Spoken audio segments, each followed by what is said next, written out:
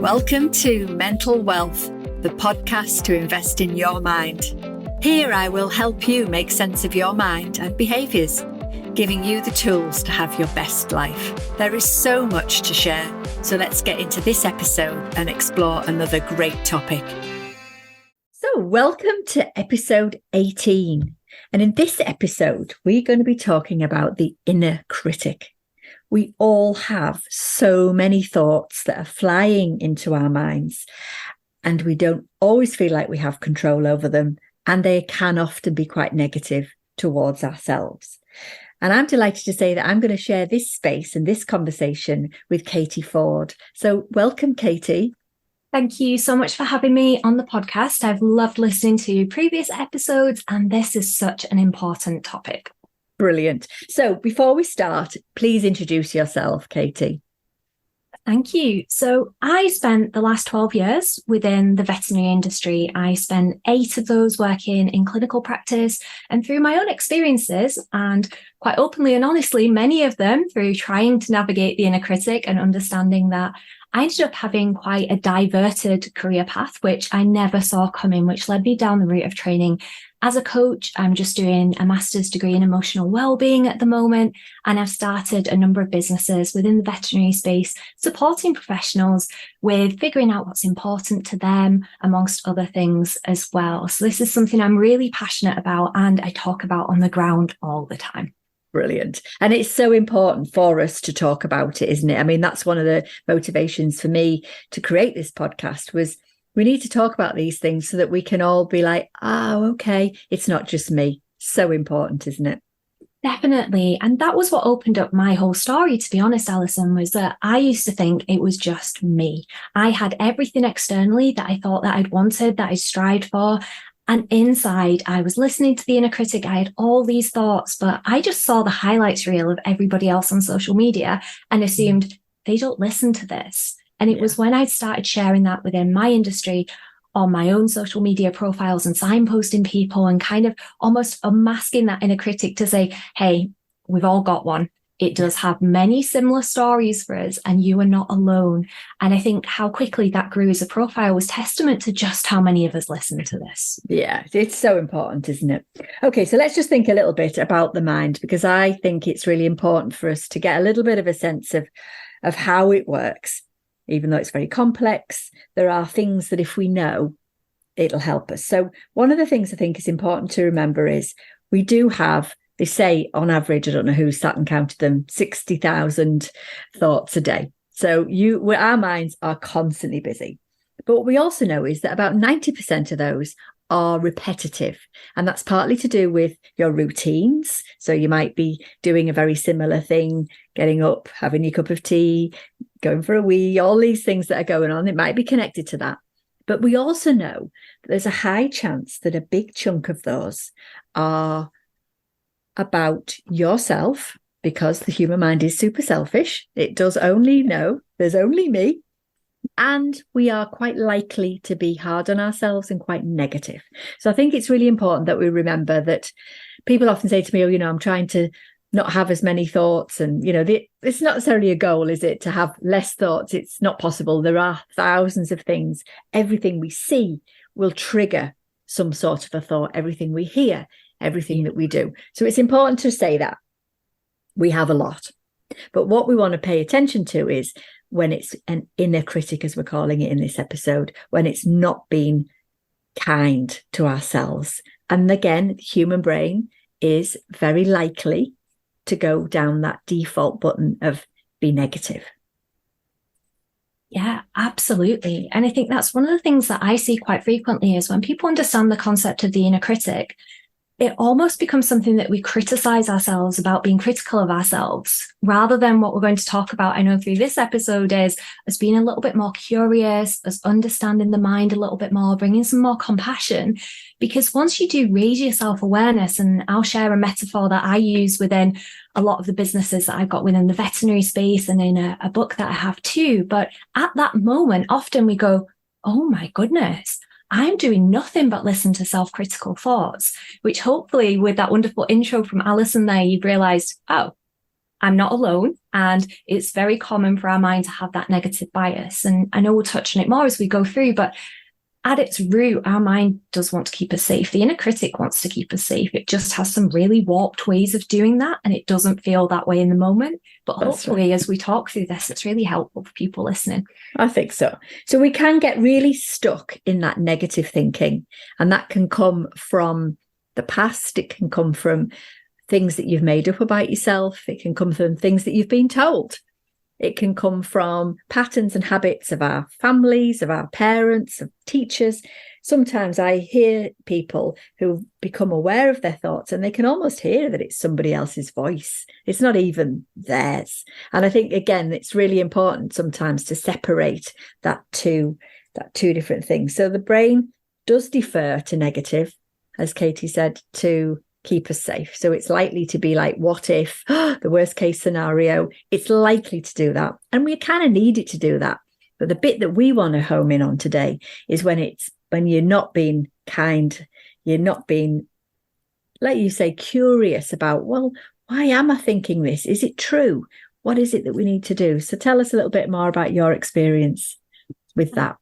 Absolutely. I'd love to. And I love everything that you've just shared there as well. So as I was saying, one of the things that I'd found as I talked more about this concept within my own space and further outside of the veterinary space too, is that idea of kind of criticizing ourselves. And as time went on and I spoke more about highly evidenced topics such as self-compassion, which there's a wonderful resource from Dr. Kristen Neff, one of the primary researchers that has put out tons of awesome content on that. We can probably pop a link in the show notes to self-compassion too. There always seems to be a little missing link. So I'll share the metaphor that I've used. Certainly, it may well help some people. It might not be for other people, and that is absolutely fine. And probably very briefly touching on the fact you'd said, sometimes we think of this as being someone else's voice. For some people, thoughts aren't always words or feel like a voice in our mind. Everybody's different. So we'd ask you, think about this in the way that you experience thoughts. It's not another point for us to criticize ourselves about if you go, gosh, I don't listen to a voice. Yeah, let's take that pressure off.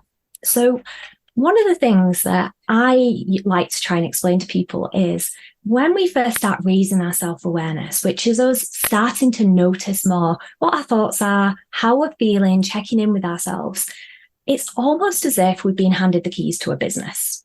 So we started to realize all of the inner workings of what's going on at any one time in this business. Now, obviously, it's been ours the whole time. We just didn't know. We were in it. We were just going through life. Things were happening. We were reacting or even responding sometimes in certain ways. Now, what I want you to imagine is there is one employee that works there and you can't make him redundant. He's there forever. He's been there right from the inception of this business. And he actually was head of security at the beginning, but all he can go on is the past. So he can go on, just like Alison was saying, things that maybe he's learned as we've been brought up, perhaps things that he's seen other people do, things that have happened in the past that he's made some strange conclusion about that makes perfect sense to him from a safety point of view. So let's call him Jim. In fact, we'll call him Jiminy Critic because that is lines up well with him being the inner critic.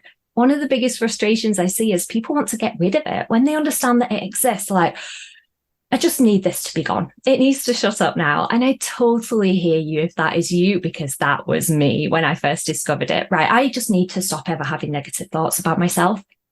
I'll tell you what, that's like playing whack-a-mole because they're always going to come up. So imagine we've got Jiminy Critic, hired a security. He's been there from the start and he can only go off what he's learned previously. He's got his whole set incident logs, things that have happened in the past, things that people have said. Now, he wants to keep us safe. He wants us to fit in as well, because that's safety-based too. Even going back to ancestrally, we wanted to be at a point where we had resources. So often as humans, we say, oh, I just compare all the time. Taking a little judgment off ourselves to maybe get curious as to why we might notice ourselves do that. But again, take the judgment off that it's very normal sometimes for us to have a quick look at what everybody else is doing. So he wants us to fit in, he wants us to match up, and he wants us to stay safe. Now, if he spots something dangerous based on the past, he has a big button that he's allowed to press. And that is essentially the equivalent of our sympathetic nervous system, our fight or flight response. And I know we'll touch more on this in a minute, but he says, right, danger, we start to feel it. Maybe our heart rate's going up. We can start feeling apprehensive, or we can feel on high alert. And at that point, he's shouting really loud to us. Now, he might say, oh, there's been a bang. Well, this must have happened because this has happened previously. Or he hears some running water. He says, well, there was a flood in the 1970s. Therefore, this must be the same thing. So in those moments, we can't really hear ourselves think. And I know that many people that have listened to other episodes on this podcast and maybe dived into this before will know that when our sympathetic nervous system, our fight or flight response, has been activated, in that moment, our body just wants us to get away from the danger or to fight it. There is no space for rationality at that moment because, first of all, our blood flow has been redirected to our muscles to get us ready to go. But secondly, in the interest of survival, it would make perfect sense that our brain does not want us to make a pros and cons list about whether we should run away from the saber-toothed tiger or not. It would like us to run. Now, we still have a similarly functioning brain in the world of emails as they had however many years back. So understanding that in that moment actually helps us to realize that us focusing on how we could turn that alarm down so we can actually hear ourselves think and bring on some rationality means that when Jim is shouting super, super loud, we don't start trying to have a conversation with him, or we don't start trying to beat ourselves up going, oh my gosh, you always criticize yourself so much. And we'll come on to that just shortly. But just remember, he's there, he's just commenting all day long. Like Alison, you said 60,000 thoughts per day. Imagine that employee. I'm sure we all remember one from somewhere that we've worked, that whenever someone's having fun, pipes up and says, yeah, but what if this happens? Oh, don't have too much fun. This is going on. So the important thing for us to remember in this metaphor is Jim, we can't get rid of him. He doesn't like change because change brings risk, change brings danger, change brings the potential for us not to fit in or not to be included. So there are two things that people tend to do to deal with him. And the first one is the one that we'd say, let's not do this one, but it's perfectly normal that people try it at various points, just like I've said, because when I first understand this concept of the inner critic, I thought, please don't ever speak to me again. I'm just going to, no, positive vibes only. So imagine in our analogy is that Jim is trying to tell you that something is dangerous, something is scary, you're going to do something wrong. When you raise your self-awareness, at first you go, well, it's not me, so I'm not going to listen to it. And you shut him in a room and you say, Jim, I am not talking to you, but he is so sure this is dangerous. And even though it's a really strange and warped way for him to try and tell you it's dangerous, he is shouting anything that he can do. He is going to eventually start causing physical damage to the walls of that room that you blocked him in. And eventually he'll burst out and say, oh my gosh, won't you just listen to me? I really have to shout loud for you to hear me and to understand me.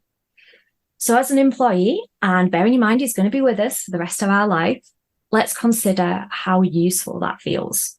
Because to me, it really doesn't feel like it's going to be a long and useful relationship. But the second option is for us to be what I'd call the compassionate boss, which is for us to understand that actually, first of all, we can look at turning the volume down on that alarm. Remembering the alarm is our fight or flight response, is our oh my goodness, something scary is happening here and we need you to get away from that. And his realms of what's scary and what's not is based on the past, things that have been told to us. So this would probably be a really good point, Alison, for us to touch on some of those things that we can do when we are experiencing a fight or flight response, or we're feeling like a heightened sense of awareness because we're listening to these inner critic type stories. I know that you'll have loads of things to share here as well, Alison, and I'll add in a couple too. I think one of the things that I think springs to my mind when you were talking, Katie, is we've absolutely established, and it's so important for us to remember, that it's normal for us to have these responses. The human brain, the emotional response gets involved 5 times quicker than any logic. That's our first thing. So when we know that, it's like, okay, I need to settle that bit first. And I always think if you've had a lot of self-talk, a lot of inner critic, and a lot of fear in your life, I always think of it like an alarm system in your house. We need it for the intruders, but sometimes our alarm systems become very, very sensitive and they're going off for all sorts of things. When the postman pops something through the door or the wind blows the blinds and the alarm system's going off. If you know that that's what it feels like to you, then some of these techniques that I share across all these podcasts help us be able to manage that, because that is ultimately all we're trying to do. We can't stop the thoughts, can we? As we said, if we're using Jim as your metaphor, he's not going anywhere. But what we can do is manage Jim or manage that inner critic. And I think that's what's so important for us to remember here. Definitely. And I love the point that you made about the fact that so many of these responses, for that to be activated, our sympathetic nervous system, is before we can even think about it. Coming from a medical background as a veterinary surgeon for years, we know it's part of our autonomic nervous system. And part of that is also things like controlling our digestive system. When was the last time any of you thought, gosh, I need to speed up my intestinal motility. It's not been going fast enough. Mm-hmm. Or maybe I need to increase the blood flow to my liver.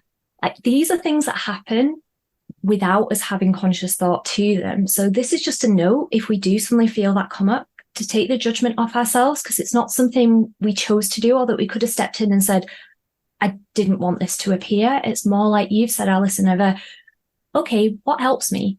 What can I do in this moment? Because if we come back to the Jim analogy, that's almost like him saying, there's tons of danger. I'm just going to press this button at every single opportunity. So first thing is, how can we try and onboard some more parasympathetic input, which might be things like coming back to the present moment with mindfulness type activities. Some people like breath work. Everybody out there is going to have the opportunity to explore the things that help them as individuals. And I know you'll likely have lots of resources in the podcast to add to that as well, Alison. Definitely. For me, it's about capturing those thoughts, isn't it, without judgment. Mm-hmm. And however you do that, if it is bringing your attention into the now, looking at things that are around you, listening to a piece of music, anything that's going to just give you that moment to just pause. And then we want to think about, what is it that we are thinking? Is it helpful? Is it not helpful? Is it part of the plan? Is it something that's so old it's out of date now? And one of the things that I think is really useful is to be able to observe almost that thought and just think, oh, there's that thought again, rather than let it take over. Yeah, that's it. Just like you say, curiosity over criticism. And with the Jim analogy is, when we've turned that alarm system down a little bit and we feel able to create that space and just get curious. Imagine it's the equivalent of inviting Jim into the office and saying, what was that all about? Yeah. Okay, noting it down. That's interesting. Thanks for sharing that. We don't end up down a rabbit hole. It's the equivalent of him saying, let me play you all these movies about what happened previously. No, we don't need those. Okay, what are you telling me? You tell me that I have to keep everyone happy. Okay, that's really interesting. Thank you for that. We might feel comfortable enough to be able to say, where did this come from? Or who told you that? Because the way that this analogy came to me actually was because when I started a job years and years ago, it was a practice. It was a veterinary practice actually that had been owned by a lovely family. They just got a very set way of doing things, and they'd got a set of protocols laminated and attached to every machine in the building. They kept the manager. He'd been there the whole time while that family were there, and a new boss had come along. And this new boss had a new way of doing things and wanted to make changes. Now, the old manager was very set in his ways of, these are familiar to me, this is safe, and this is what we do. Both of them wanted good things for the business, but they didn't communicate particularly very well in the middle. So it became a frustration from both sides. And I'd sit in the office and I kind of observed this, where I knew the manager really cared about the new boss and wanted to make sure that she wasn't doing anything that might jeopardize her or the business. But the new manager was like, why is he so stuck in his ways? And actually what they probably needed to do is just sit and have an open conversation. So that's kind of what creating this curiosity for me in the analogy that I use is, okay, Jim, what's happening? Who told you that? Because often it's from the equivalent of an old boss, an old caregiver, something someone said to us at some point. And sometimes we need help from someone like yourself, Alison, to sit down and just say, okay, I'm almost bringing a mediator in here to speak between Jim and me. This is what comes up for me all the time. This is what he says. And he's going to have lots of shoulds, you should do this by this point. This is what you should be doing in your career. This is what you should value, or this is what you should value. He's going to pipe up at certain times. You might find certain things make him shout louder for you as individuals. I know for me, if I drink a lot of caffeine, the inner critic for me is like, he's got a loud healer at this point. Somebody has made Jim extra loud. Certain responses to certain hormones, I know, is something that affects a lot of people at different life stages. Yep. And actually, us just in that downtime when maybe Jim isn't shouting as loud, or the inner critic, we're calling him Jim in the analogy that I'm using here, but getting to know us, like, what do we want? What's important to us? So that in those moments where he's shouting and telling you all the things that you should be doing to try and get you to fit in, you can sit back and say, I hear you, Jim. We're going to have a better conversation about this. I understand that's what you'd like us to do. Thank you. I'm not shutting you in a room and shutting you out of the conversation, but this is what we're doing. This is what's going to stay the same, just as we would do. This might sound familiar to people that have been part of businesses and have maybe managed teams, about general change management as well, of just getting curious. What are the worries here? What are the concerns? Okay, thank you for sharing those. Yeah. Remember all these times where things did go well. And just creating this into a separate character. I know a lot of people talk about naming the inner critic as being valuable, but realistically, rather than us pushing it away, it's about us just having more useful conversations.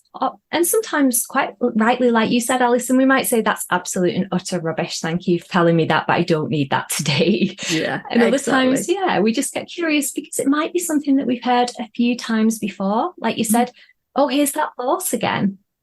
This is something that comes up a lot. Where could this have come from? Yeah. Who told me this?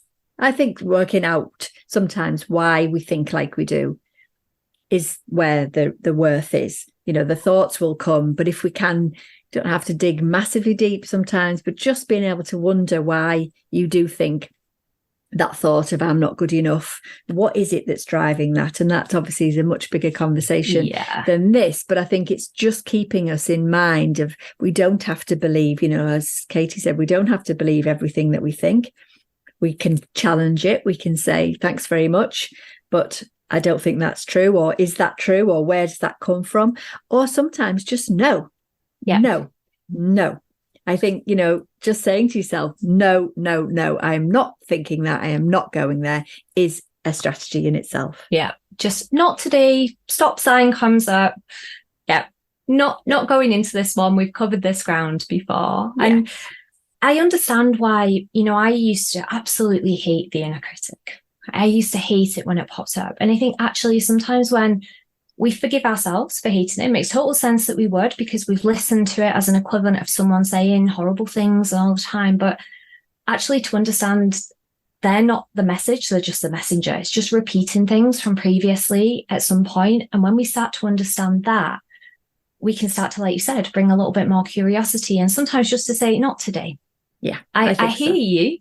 Yeah. But we don't need to, because like you said already, Alison, 60,000 thoughts a day. If we were to sit and have a conversation with the inner critic about every single one of, let's say, 3/4 of those are inner critic thoughts, or half of them, these are not exact figures, we'd never get anything done. Exactly. We'd be there all day. Exactly. And that's the thing with the mind. There is a lot of repetition. And for me, actually consciously thinking about having thoughts that are useful, healthy, not so that we're not stuck in these deferred negative thoughts. Let's pause. Let's think about something that brings you joy. Let's think about things that make you feel happy, make you go out into the garden and have a look at something to think about. Because whatever we're looking at or hearing or seeing, we will create a load of thoughts. Go out and make something like that happen, so that you have a nice thought about a flower in the garden or the sky or whatever you want, so that you can start to challenge that constant ticker tape. Yeah, there's a wonderful phrase that I love, which is be a creator, not a waiter. Nice. So often we can sit and just wait for something good to appear. We're like, come on, something's going to happen at some point, or I'm going to have this feeling about thinking about this and it's going to come. And actually, let's step to the other end of that and be the creator in that. Because when we step into that role of, like we said, with the analogy that I'd use, be the compassionate boss. Okay, I hear you, Jim. I understand what your role is in this, but I'm taking the reins of my business back. I've decided what's important to us. How am I treating the team? How am I looking after myself? And inadvertently with that, everybody else in that team. What's important to us? What do we love doing? I almost think of it in this way of like employee engagement in a way too. If you've got Jim and every other member of the business that have suddenly been opened up to you, what am I doing with them? Am I going to work them 20 hours a day and then suddenly wonder why none of them want to do the work that they do? Or like you said, Alison, am I going to head out into the garden and say, you know what, this is 5-10 minutes or however long that we need to create something, to check in with ourselves. And often, I don't know if you find similar, but with this concept, when I speak to a lot of people with regard to things like what brings you joy, it kind of ends up being quite polarized in terms of, well, I need to just go away for the weekend. But maybe this is a challenge to find something in 5 minutes that brings you joy. That would be nice, wouldn't it? Because again, we don't need it to be something that's time consuming, expensive. You know, for me, the mind literally is like a torch. You know, whatever you are looking at or whatever you point it at, it will bring you a thought. It's an association making machine. So when you look at something, you'll see, when you hear something, you'll see something. And it's so important to remember that you actually have so much more control with your thoughts than you think. You do. And with the analogy that I use around Jim, you know, he thinks that he's in charge of that business because nobody's had the awareness to have those conversations, or nobody's ever said, you know, you're not your thoughts, you're the person underneath listening. And when you start to step back into that role of, okay, I hear you. And yes, we talked about the alarm system in that moment. Let's look at the things that help just bring back on board a little bit more parasympathetic stimulation and calm things down. But after that, where are you shining that torch? Because Jim's got his torch out and he's always going to be looking for the dangerous things because that's his job. Yeah. So we can take the reins back and say, you know what little thing brings me joy? I remember once we have a huge fish tank in our living room. My other half is obsessed with fish. He loves them. And you know, I walked past it every day for years and didn't even think about it. And one day when I was looking for just 5 minutes of, okay, I'm going to create some joy here, I sat and I went, I've got an aquarium in my living room. People pay to go to the aquarium wherever, and they're here and it's huge. I mean, obviously I'm a veterinary surgeon, so welfare is on point and that side of things. But I look and I go, this is such a resource in itself. How calming to sit here and to watch them. And there will be little things for everyone that we walk past and they become so normal because we've not shone that light on those things. Yeah. And I think that's it, isn't it? You know, trying to deal with negative, especially repetitive negative thoughts about ourselves. People get very overwhelmed with, I can't do it because I've always thought like this about myself. I've always felt this way. But actually what we're saying right through this chat is, it's that pausing, isn't it? It's that finding something just to change that track. It's like turning the track into something else. And then consciously, when you've got rid of that emotional response, think about, what is it that you're thinking? Do you believe it? Is it even true? Who might it be? And some of the other strategies that we've shared. Definitely. Like we said, I think that's a huge piece because when there is information out there with regard to touching on some of these topics, often the moment when people try and do that is that moment when the equivalent of the alarm's going off.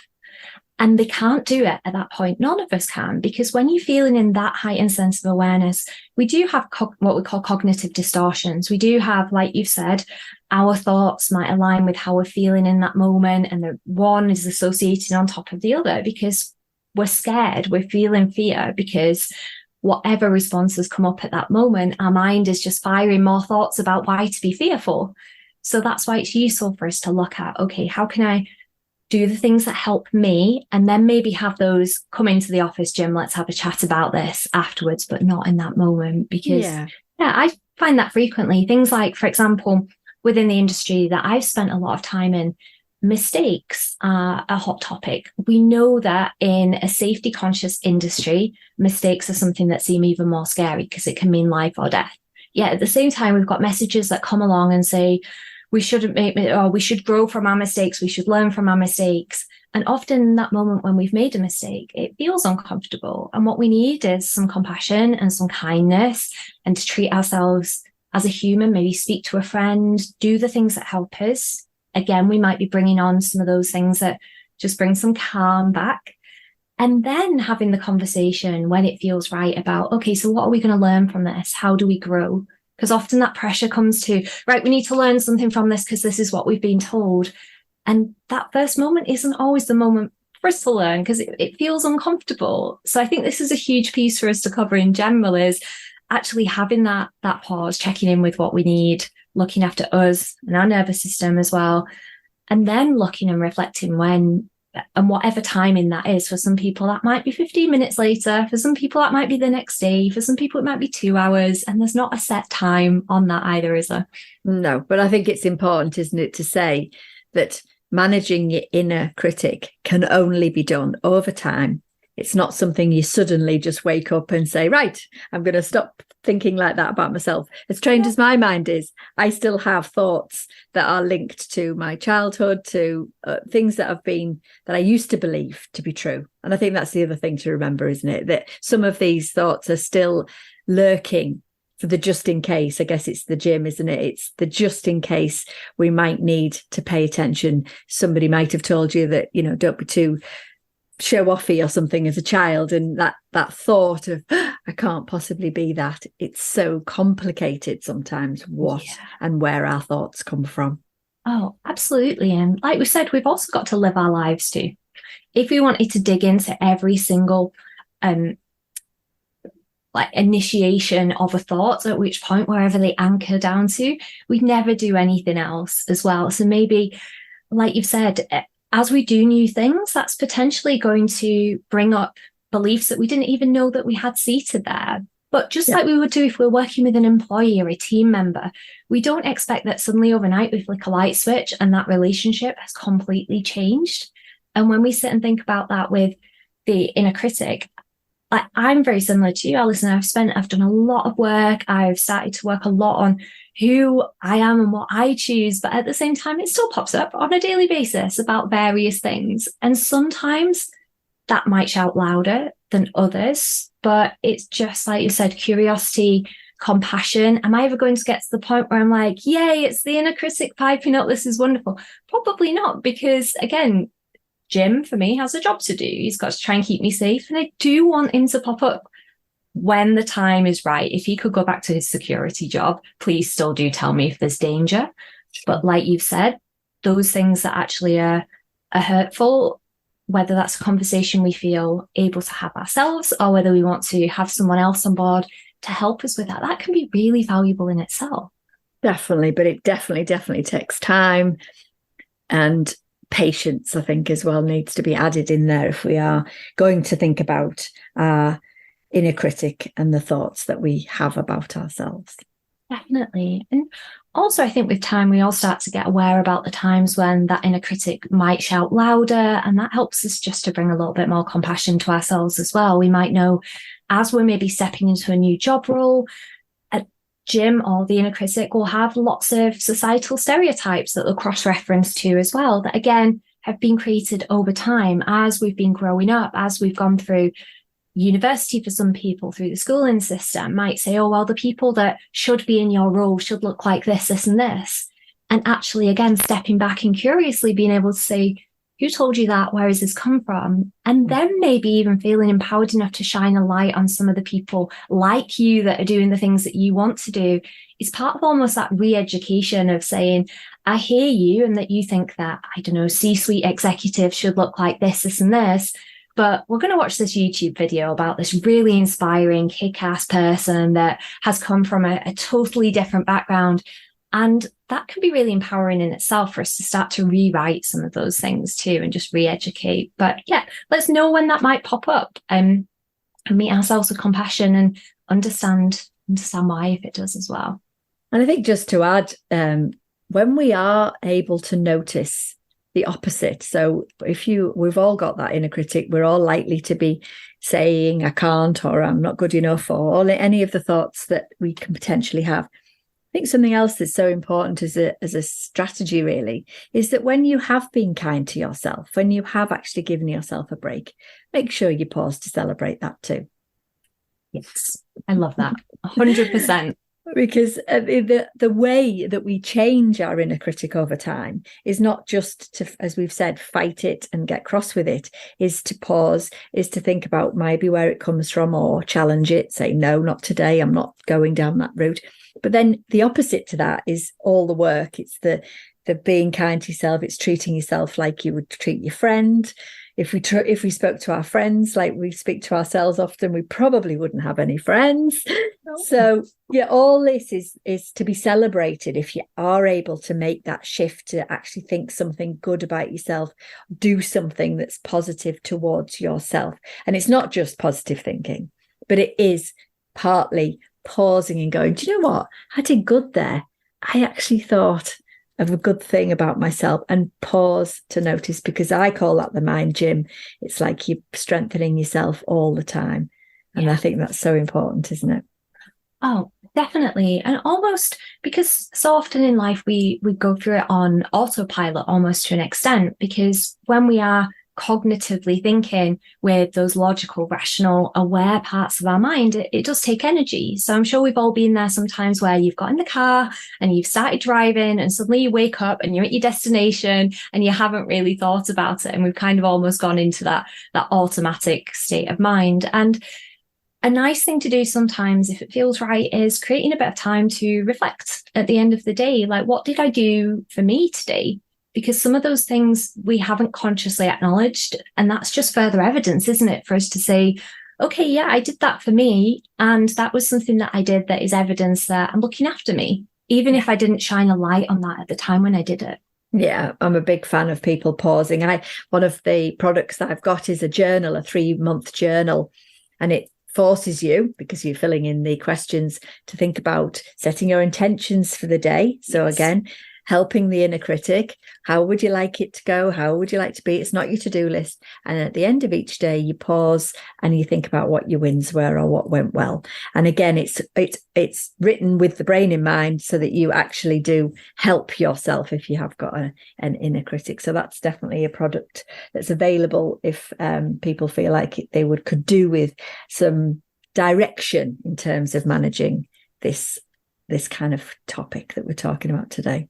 Oh, I love that. I'm a huge fan of journaling and spending that bit of time just to look back over the day, celebrate the wins.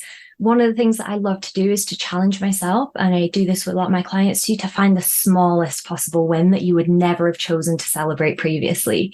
Because again, in our mind, we've got a set of things that are worth celebrating. And to be honest, I know for me, for a long time, it was probably birthdays, holidays, and I don't know, Christmas or weddings or something like that. But actually, we always laugh that at one of the companies that I run, we celebrate, I emptied the dishwasher, everybody. I didn't want to do it and I emptied it and it was brilliant. And just finding those little things to shine a light on, isn't it? That actually we might not have noticed before.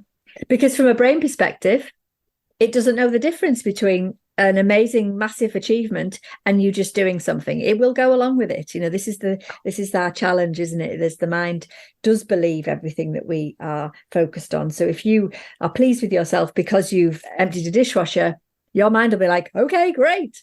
It doesn't have to be a great big degree that you've just passed or a great big piece of work. And I think this is where we miss tricks with the mind so often, because we're so focused on all the big stuff. And actually, you know, you'll hear me say in these podcasts, you know, what's the one small thing that you can take and what's the one small thing you can take action on. And I think that in itself, it doesn't have to be something massive. If in this episode, there's just been one part of what we've shared, take that and have a go at running with that. I love that. Yeah. Small things make big changes, as much as quite often we persuade ourselves that they don't. And yeah, it's incredible. I mean, and I know you've certainly done this as well, but there is so much science behind what we're talking about here that backs up how true this is. And similar to what you were saying about our mind doesn't know the difference between something that we've imagined and something that's happened. Often if, for example, we've got the inner critic is playing a big movie about what might happen, we can kind of feel similar to as if it did. So it feels very real and like it might actually happen and it might be true. But that can be where having these conversations and creating a pause can be really valuable. Because I'll tell you, the way that I used to have a conversation with my inner critic without really realizing there was an inner critic or that any of these things existed would be, a thought would pop up saying, well, what if this goes wrong? And rather than me saying, which is what I do now, thank you for telling me that. Thank you for making me aware of that. I understand why you might think that's a risk or why I might have done something wrong, but I did the best that I could with what I had in this moment, etc. At that point, I would have said, oh gosh, what if that does go wrong? No, you're right. And I'd say, and then this will happen. And then I'd say, oh, that'd be awful, wouldn't it? And then this might happen. And before you knew it, you felt the feeling as if I was being hauled up in front of the Royal College about to be struck off because I'd watched this whole movie about it. And sometimes it's just almost like yelling cuts in a movie to step back and almost do the Matrix like 360 around it. What actually is, hang on 1 second, waking up and then saying, how do I want this to play out? I hear you. Maybe we might check in with ourselves and say, you know what, actually, this is a moment where I do need to pause and breathe and come back to this moment. Or perhaps this is a point where I say, yeah, no, not today. That's not happening. Thank you for telling me that could happen. You always tell me that could happen. Yeah. Might investigate that further. But like you said, using and understanding that our minds are fascinating things. And when you understand how they work, it kind of makes sense how they work. And then we can harness that. Yeah, I'm a big fan of that. I think for me, a lot of my realizations were because I started to understand that it wasn't just me. It was part of the patterns, part of the way that we're wired. We're all unique, but we've all still got these patterns. And I think that's why I share these. That's why we have these conversations in this podcast, because I want to help people see that for themselves. So important. Definitely. Thank you so much for coming and creating this episode with me today. It's such an interesting topic, and one hopefully that everyone can relate to and everyone can take pause and think about how are they going to manage that inner chit chat that goes on. Who gave us permission for that chit chat to just flick on whenever it fancied? Oh, and thank you so much for having me. And I know there'll be lots of fantastic episodes to come as well, but it's been such a cool conversation. And hopefully if people realize that's what they listen to, they feel a little less alone with it and realize there are things that we can do, and obviously support out there if people need that as well. Definitely. Thank you. Brilliant. Thank you so much. So in next week's episode, we are going to talk about success and different types of success, what success might mean for you. And my guest next time is Emma Hine. So I'm really looking forward to sharing that episode with you. But for now, thank you, Katie, for today. Thank you for having me. Thank you for listening and sharing in this episode of Mental Wealth. Remember, you can subscribe wherever you get your podcast. My last question to you is, what is the one small thing that you can take action on from this episode? Message me on Instagram or through our website with questions you'd like me to explore. You'll find the links in the show notes. I'll be back with more tools and tips to make sense of your mind in the next episode. In the meantime, be kind to yourself. Bye for now.